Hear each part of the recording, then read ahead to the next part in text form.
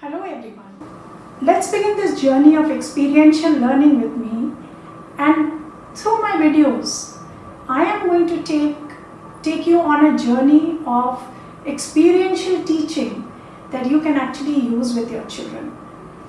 In the entire process of learning, children sometimes lose that desire, that quest, that magic, that awe, because somewhere we make them, we just put them in a very structured way of learning, and that formal and structured learning actually robs the child of his awe and magic.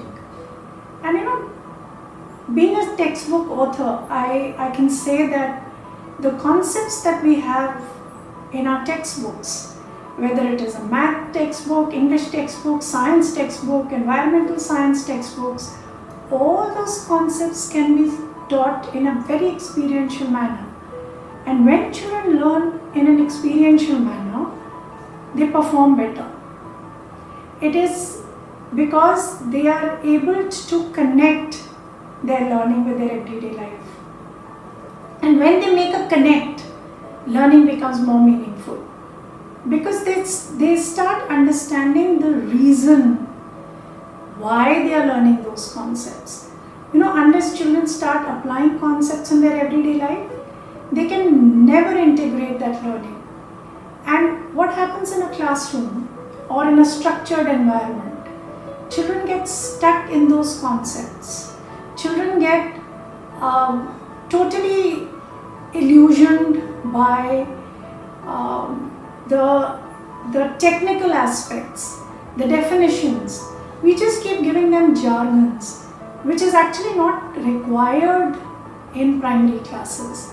In primary classes, it is more important that a child is experiencing things, that the child is making connections with his own learning and things around him. It is very important that a child enjoys learning, because when he enjoys learning and he finds it meaningful, he becomes a learner for life. And then it is no longer about getting marks. It then becomes a journey that he is in control of, that the child finds meaningful, and that becomes a joyous journey for them. And One Teacher, One Scientist is that kind of a program.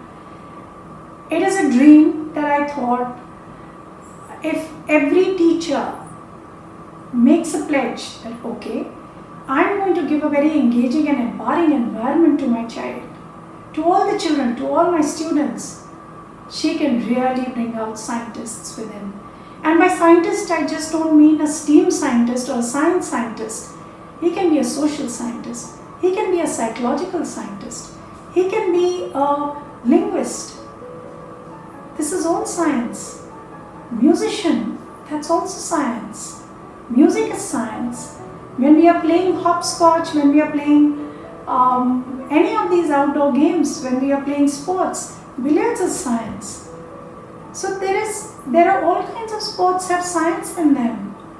So why are we making it so structured that children find it boring? That children feel that school is all about fill in the blanks and question answers. Why can't we preserve that awe and magic? And when children are going to enjoy learning and they are in control of their learning will be better and deeper. And what will happen is that he will also build a very strong attitude towards learning. And over time you will find that such a child will actually be very successful in life. And all through the learning process, it is also very important that we help a child stay connected within, stay connected with his inner child, stay connected with that playfulness, with that ease, with that joyfulness.